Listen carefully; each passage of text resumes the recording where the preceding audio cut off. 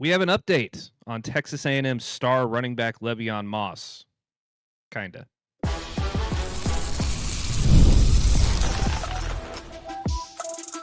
You are Locked On Aggies, your daily podcast on the Texas A&M Aggies, part of the Locked On Podcast Network, your team every day. Welcome in. You are Locked On the Texas A&M Aggies. I am your host, Matt Galatzan, publisher of Texas A&M Aggies on SI. Thank you so much for making Locked On Aggies your first listen every single day. Part of the Locked On Podcast Network, your team every day. Today's episode is brought to you by Game Time. Download the Game Time app, create an account, use code LOCKEDONCollege for $20 off your first purchase. Harrison Reno is joining me today. Harrison, we have an update on Le'Veon Moss, who was injured a couple weeks ago. We kind of have an update. Let me explain. So Le'Veon Moss was injured a few weeks ago. He is obviously the key cog in the running game. He was SEC's leading rusher until he went down last season. He was carrying another heavy load this season.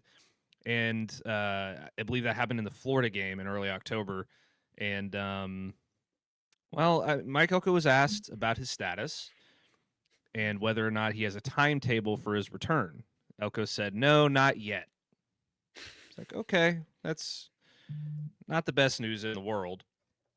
But he did follow that up, Harrison, by saying that he absolutely expects him to return by the end of the regular season, which means, in theory, he should be back for probably not this weekend against Missouri, based on the comments from Elko. Maybe not for the following game after that, but potentially for the Longhorns' big matchup with the Texas Longhorns in Austin to wrap up the regular season. Until we get to that point, Texas A&M has Missouri this weekend, South Carolina the following weekend. That kickoff was just announced for 11 a.m., by the way, and then a matchup with Samford. So conventional wisdom would suggest that they are saving Le'Veon Moss. They are not going to rush him back, and he is going to be available for the showdown with the Longhorns at the end of the regular season. Pretty good news, because we all believe that Texas A&M is probably on track to make the college football playoff, barring a disaster. Probably on track to make the SEC championship, barring disaster. So if you have your best running back for those games, it could be a pretty big pickup, wouldn't you say? Yeah, and I honestly wouldn't put it past that maybe he sees a little bit of action versus Samford, like 1 or 2 carries, couple snaps, just to get him back in the groove of things, rather than just throwing him back in there versus Texas. First game back, maybe let him get ready to go and just get further warmed up for that game. But then again, it's like at the end of the day, you'd rather have him back, whether he's fully 100% or as close to it as humanly possible at this point in the year, considering the injuries coming off of. Big news for Texas A&M. And Matt, it honestly, whether it's Texas, whether it's Samford, heck, whether it's the SEC championship, the Aggies are playing in it, which it looks like they will be.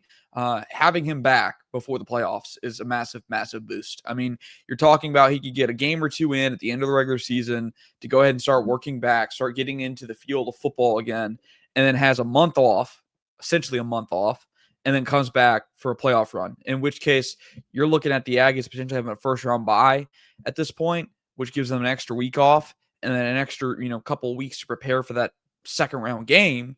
And then you're looking at, hey, all right, now we're hoping we can make a long run deep into January with a healthy running back room that has 2 of the best backs in the SEC right now when healthy, and you get your duo back. But at the end of the day, even if, Le'Veon Moss isn't in the lineup as quickly as possible or gets back to as close to 100% as possible, I don't think the Aggies are bad off at running back or in the run game in general, because you still do have Ruben Owens, you still have Jermaine Morrow, you still have EJ Daniels. It's just a embarrassment of riches when he does come back, because obviously that's a all SEC caliber running back you get back in your room. Yeah, the idea that he would go in just completely, completely cold against Texas without getting some game reps is a little bit hard to believe. That said, that is what they did with Reuben Owens last year. True. Reuben Owens got his first carries against Texas last season. He had 3 carries for 10 yards in that game, so he wasn't much of a factor. You would assume that they'd want to get him in a little bit of game shape and get him some reps going there, because when he is in the football game, he has been a absolute force to be reckoned with, especially over the last few weeks. Let me get his stats up. I just accidentally pulled up Reuben Owens' stats again because I'm an awesome podcast host. So yeah, Le'Veon Moss, when he has been in the game, has been very effective for Texas A&M, particularly over the couple of weeks leading up to his injury against Florida. He only had 3 carries in the season opener, but then he rebounded against Utah State with 10 carries for 68 yards and a score. Had 3 touchdowns against Notre Dame, averaged 4.1 yards per carry. Then against Auburn, in that hard-fought 16-10 win, he dominated. 21 carries, 139 yards, 6.6 yards per carry, and a touchdown. And then against Mississippi State, he had 36 yards on the ground. And then before his injury against Florida, 5 carries for 46 yards with a long of 22 and a touchdown. He was on his way to dismantling that Gators defense. And unfortunately, he suffered the leg injury. I think there was a lot of fear as soon as he went down that his season would be over, given what happened the year prior. I don't believe the 2 injuries were related whatsoever, though. They're different injuries. So it seems that he is on track for being back, which against this Texas Longhorns team, who seems to be on a rebound over the last couple weeks after their overtime win in Mississippi State and then dominating your Vanderbilt Commodores for the majority of that game last week. That game could end up being a shootout. We don't know. We have no idea what the Texas Longhorns are anymore. Are they a bad offense? Are they a good offense? But hopefully Le'Veon Moss can get back into the action before then. You'd like to see him back probably by South Carolina so that he can get a couple games under his belt. But when he's in the game, man, that 3-headed monster of him, Reuben Owens, and Marcel Reed is something special. Then you throw Amari Daniels, Jamarian Morrow into the mix. It really is an embarrassment of riches, like you said. And, we don't know what Texas is, and now we don't know what Vandy is. We know they're probably not going to be a 10-2 football team, like I've been trying to speak into existence. But that game late November, hate week, going to deliver on a Friday night. I don't know. Have they ever played on Friday nights? I know Texas used to play on Friday. I'd have to go back and look at it. That's going to be a game. It's going to be a football game, and I'm excited for it, but I'm really excited for the one this weekend, Matt. Really excited. I mean, Texas A&M facing Missouri. Missouri's a good football team now, and I know we're about to do that in the next segment. I can't wait for this matchup, but I also can't wait to see what this A&M team looks like when Le'Veon Moss does indeed get back, because then you're finally getting a full picture. Your 2 transfer receivers who have been on fire since the beginning of the season are fully acclimated. Your team's been playing at a really high level. And Matt, we talk about this all the time. We've talked about this before, I believe. I don't know if we've talked about it all the time, but the one thing that championships team do late in the season is they start to scale their performance in November. And as of the other day, it's November. It's November 3rd today. And we're going to see the Aggies in action for the first time since the change of the month. And this is when you start to expect that their best football is going to start being played. I don't know if we've seen a all-around complete performance. I think LSU is probably the closest thing to that from this Aggies team in terms of competitive football games. Maybe Missouri gives them an opportunity to do that. Maybe Le'Veon Moss's return gives them an opportunity to have their best performance of the season here late in the year. That would be quite nice for Texas A&M if they could really hit their stride in November, because they've already been one of the most dominant teams in the country so far this year. So if they can get even better, watch out. All right, let's take a look at Missouri. When we come back from our break, we're going to get into the Tigers, take our first look at the Tigers this week, and see how they stack up against Texas A&M. So stick with us, and we'll be right back. College football is back, and I could not be more excited. The tailgates, the rivalries, the energy in the stands, there's just nothing like it. But let's be real. Actually getting tickets can feel like more of a battle than the game itself. Endless queues, hidden fees, prices jumping at checkout. That's why I use Game Time, the app that delivers the advantage back to the fans. It's the easiest way to score last-minute tickets at the best prices with no surprise fees. What you see is what you pay. I pulled up Game Time, and in just a couple taps, I saw amazing deals. I'm talking about your favorite college football games for as low as $25. So take the guesswork out of buying college football tickets with Game Time. Download the Game Time app, create an account, and use code LOCKEDONCollege for $20 off your first purchase. Terms apply. Again, that's promo code LOCKEDONCOLLEGE for $20 off. Swipe, tap, ticket, go. Download the Game Time app today. Well, the Missouri Tigers have been a pretty good football team this year. Texas A&M heads up to Columbia to take on the Tigers in what should be a pretty solid matchup. A&M right now is favored by 4.5 points over the Tigers, so Vegas sees this as a pretty or it opened at 4.5. It's now up to 7.5 in favor of the Aggies. So Vegas sees this as a pretty, solid football game. The over/under is set at 49.5. It is expected to be a beautiful day in Columbia as well. 62 degrees, 2:30 p.m. on Saturday. Should be one of the prime matchups in the SEC this weekend. But the Tigers are suffering from a bit of an issue that we'll talk about in a second. But before we do, let's kind of get into where they stand offensively. They currently rank 5th in the SEC in scoring offense, tied with Arkansas at 35.4 points per game. In terms of rushing offense, they are number 1 in the SEC, 235.5 yards per game.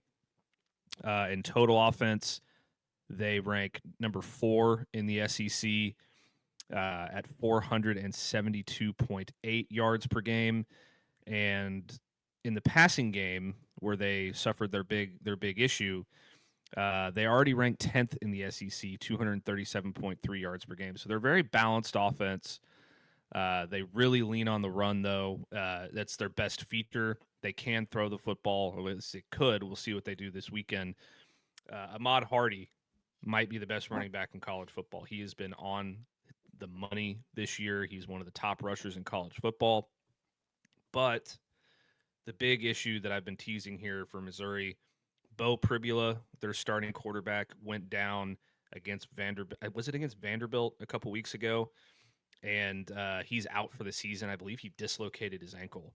So big loss for them. True freshman Matt Zollers stepped up in his stead against Vanderbilt and kept them in position to win the game. He didn't play bad. In fact, he threw a touchdown pass, 14 of 23 for 138 yards and a touchdown. He did take a sack, but he performed pretty well for a true freshman. The Tigers also have another quarterback on the roster, Sam Horn. It's unclear whether or not he'll be available this weekend. I did not see if he was going to be available for this weekend. If he is, I would assume that he would get the call, but he's only played in one game this season against Central Arkansas, so it's hard to say. Ahmad Hardy, 159 carries for 937 yards and 11 touchdowns this year. He's averaging 5.9 yards per carry, which, in terms of the national rushing leaders, places him 4th, only behind Robert Henry Jr. of UTSA, who Texas A&M played against this year, Cam Cook of Jacksonville State, and Emmett Johnson of Nebraska. Jamal Roberts, another running back who has done very well for them this season, 66 carries, 428 yards, 3 scores, 6.5 yards per carry. He is 6 foot, 212 pounds, as compared to Ahmad Hardy, who is, well, I just lost my place. Give me one sec. As compared to Ahmad Hardy, who is 5'10", 206 pounds. And then their top receiver, Kevin Coleman, 5-star coming out of high school, very talented player out of St. Louis, 5'11", 180 pounds, 51 catches, 558 yards, and 1 touchdown. So it's definitely the rushing attack that I think is the biggest area of concern here for Texas A&M, Harrison. And if A&M has had a weakness in their 8-0 season, it's been with that running game. Yeah, I think they're middle of the pack in the SEC in rushing defense. I think 7th or 8th in terms of allowing rushing yards per game. I actually had that pulled up. They are 7th in rushing yards allowed per game in rushing defense, only behind Texas, OU, Auburn, Missouri, Georgia, and Vanderbilt.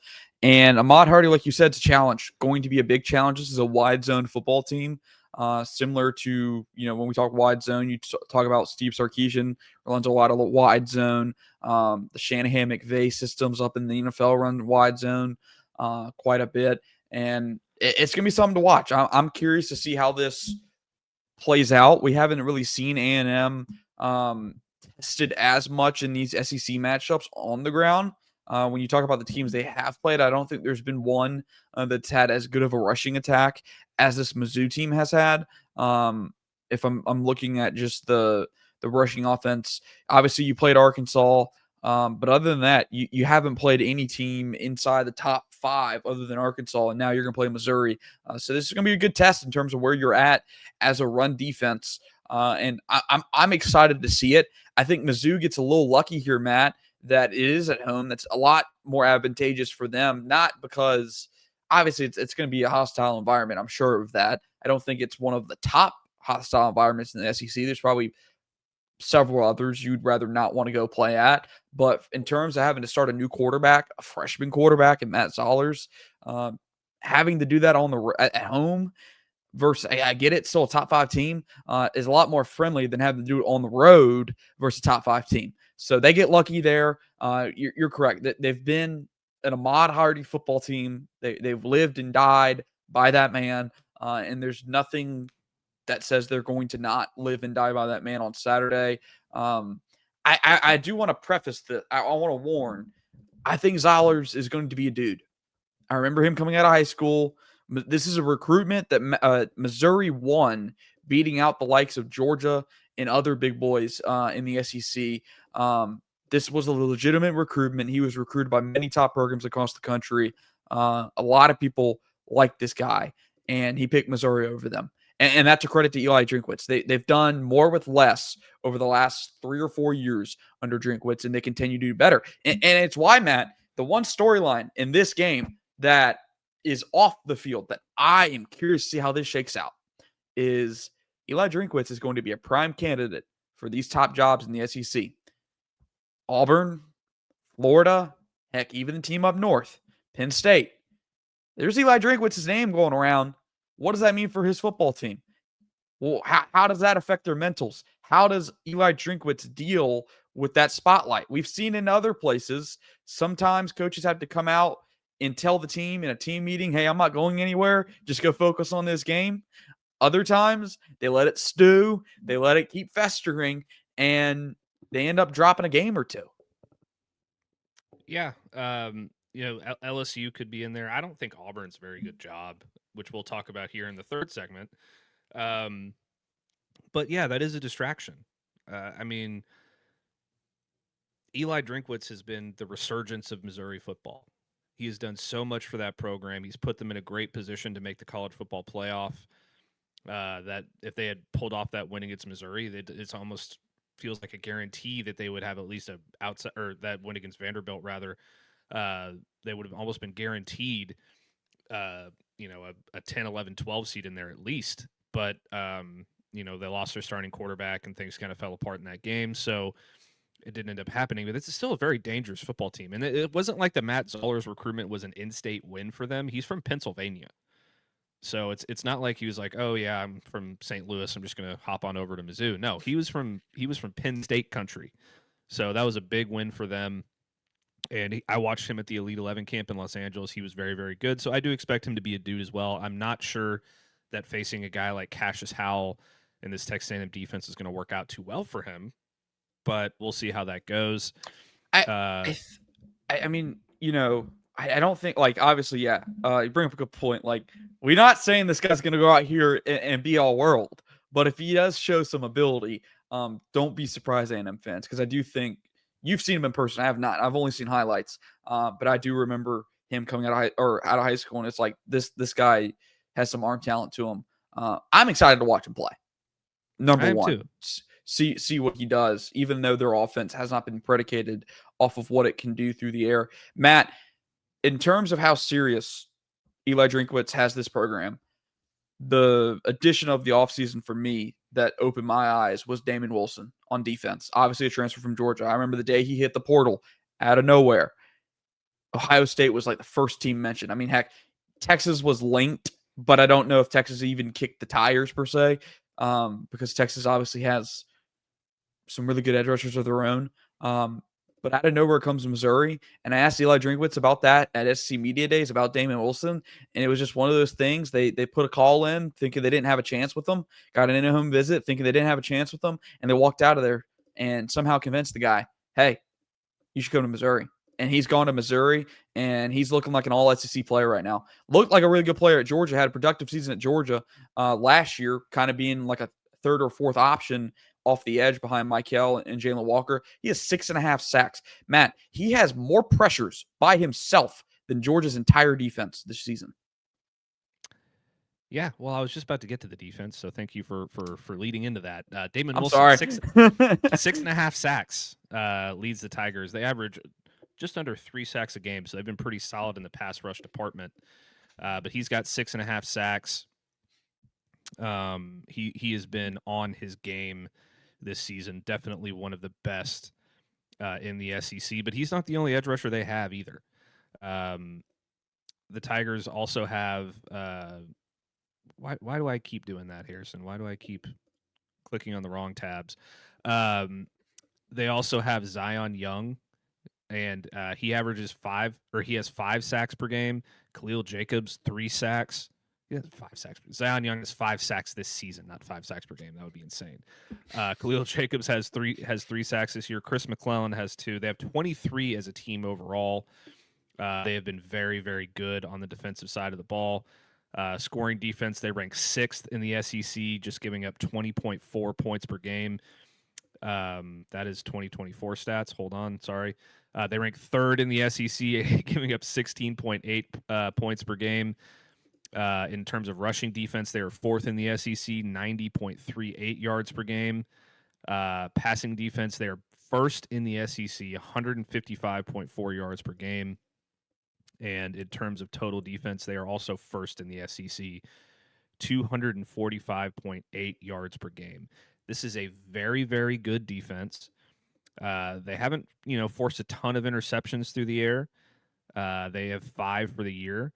In terms of fumbles, they've only forced 4 this season, and they've only recovered 2. So they're not a defense that relies on turnovers. But they are a very, very solid defense, a very, very good defense. It has a potential to give this A&M offense some trouble. I know this is the most explosive offense in the SEC that we've seen this season, but and I don't want everybody to come after me in the comments. This isn't a trap game because Missouri's a really good football team, but this is a game that could be very, very hard to get through, despite even with the loss of Bo Pribula because of that Missouri defense. The one question I have is we've really only seen them in obviously one high profile major competition. And I won't do the revisionist history. Obviously the Vandy game was a big deal in that, but they've really only it's been a 2-game season at this point in my mind, Matt. South Carolina has not been as good as we thought. Else you take away the Bama and the Vandy game, they played Central Arkansas, Kansas, Louisiana, South Carolina, Massachusetts, and Auburn. And then went to 2 overtimes with Auburn. And I get it. Auburn definitely has more talent than what their record indicates. Probably should be a much better football team than what their record indicates. But we're talking about 2 seasons. Yeah, with shout out Hugh Freeze. Sorry, buddy. I feel like we're getting late into the season, and there's still some things about this team that I don't know. Are they 6-2 legitimate potential like playoff contender type team? Or is that just, hey, they're 6-2 because they've had a much more favorable schedule? Like A&M's been through some battles. A&M's been tested, been through some fires. And I feel like I know a lot more about them than I do a Missouri team that has a more favorable SEC schedule than everybody else. Yeah, that's a solid point. I mean, this is a team that gave up 31 points to Kansas. I mean, I know that it's not the 0-14 Kansas or 0-12 Kansas that we're used to seeing. It's a 5-4 football team, and they're 8th in the Big 12, so they're not exactly world beaters either. Outside of that, though, they've been really solid defensively. They took Alabama to the brink, and then Auburn took them to the brink. And it's not like the Nick Saban days of old with Alabama, where you play Alabama and then you feel it for like 2 weeks after that. You know, they're a good team. They're one of the best teams in the country, but it's not that, physically dominant Alabama team on the defensive side of the ball that you've seen in years prior with under Nick Saban. So, they've played close games in the SEC. Every SEC game they've played has been decided by single digits. Will that trend continue against Texas A&M? I don't know. We'll dig into that more as the week goes on. But we're going to change gears now, talk about an old friend of the Texas A&M program. Kind of. No, well, not really. You'll see. Be right back. The NBA is back, and there's no better place to get in on the action than FanDuel, the official sports betting partner of the NBA. Even if you missed the start of the game or want to ride the hot hand, FanDuel has live bets on everything from who will score next to the fourth quarter comebacks. Plus, you can even combine your line bets into same-game parlay for a shot at a bigger payout. It keeps every game exciting, especially when your team's making that late push. Right now, FanDuel is offering new customers $300 in bonus bets when your first $5 bet wins. So head to FanDuel.com to sign up and play your game with FanDuel, the official sports betting partner of the NBA. All right, so Jimbo Fisher just won't go away as a head coaching candidate. It's driving me crazy. I don't know why any legitimate team would want to hire him at this point, like Power 5 team. I have a conspiracy theory that the reason that LSU fired Scott Woodward was because he brought up the name Jimbo Fisher in the head coaching search after they fired Brian Kelly, and they were like, hell no, we're not doing that. I have no sources on that, but that's just my conspiracy theory. But after Hugh Freeze was fired, obviously Auburn head coaching hot boards were released ad nauseum across the internet because people seem to believe that's a really good job, even when it's historically proven that it's really not. Tommy Tuberville did awesome there while he was there, but if it wasn't for Cam Newton, they wouldn't have a national championship to their name, in recent memory. They had to add 7 of them over the offseason. Well, claim 7 of them. That's kind of what you have to do when you're Auburn. But yeah, I mean, Jimbo Fisher has been largely connected as one of the top names in this coaching search so far by multiple hot boards. And I'm not sure I understand why. He started off great with Texas A&M. They got into a position where I think they were 9-1, and during the COVID year, kind of got screwed out of a potential playoff opportunity there. With their one loss, they were really, really good. And then after that, the wheels fell off. He had the top recruiting class in the history of 24/7 sports rankings and all the stuff. And there's like a couple guys left from that recruiting class because everybody else either got kicked off the team or transferred out or whatever. He ruined the culture of the program. Mike Elko had to come do brain surgery on this program to get it to where it is now. And he's done a phenomenal job of recovering from what happened during the Jimbo Fisher era. And, DJ Durkin is the guy that has taken over as the interim at Auburn. But, is he going to be the one that gets that job if he wins out at Auburn? Maybe. But why Jimbo Fisher is being talked about for a Power 4 SEC coaching job at this point after what he put on display with Texas A&M and at the end of his Florida State tenure? I don't know, man. Doesn't make any sense to me. It seems like somebody's agent was asking a reporter or telling a reporter, hey, we've been contacted. Hey, we feel good about this opportunity. Go ahead and put us on the board. Like trying to spur up some interest here for old Jimbo. That's what it feels like to me.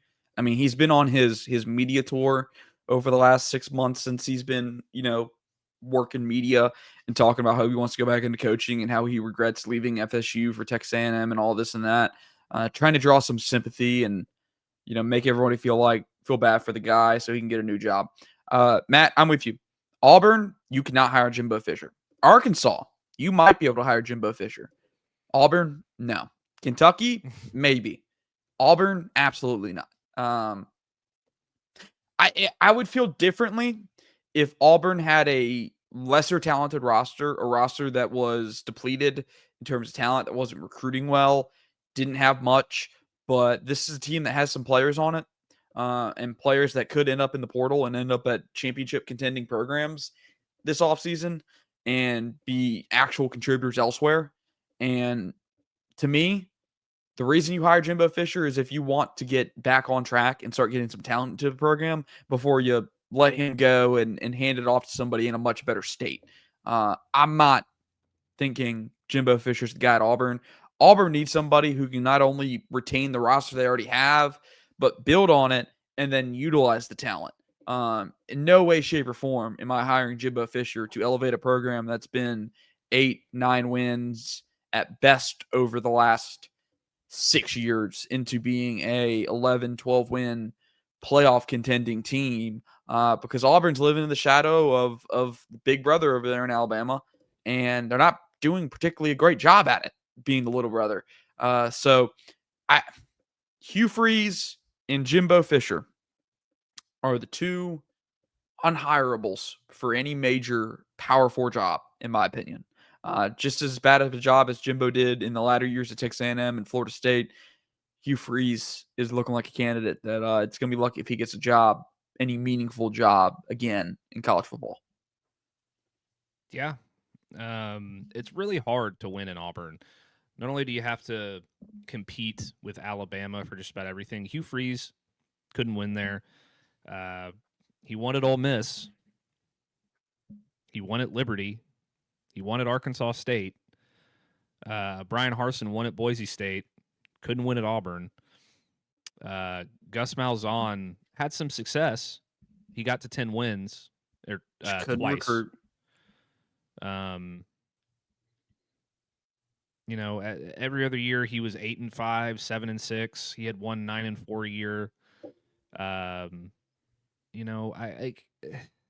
don't know. It's not a job that you can just hire anybody and be successful.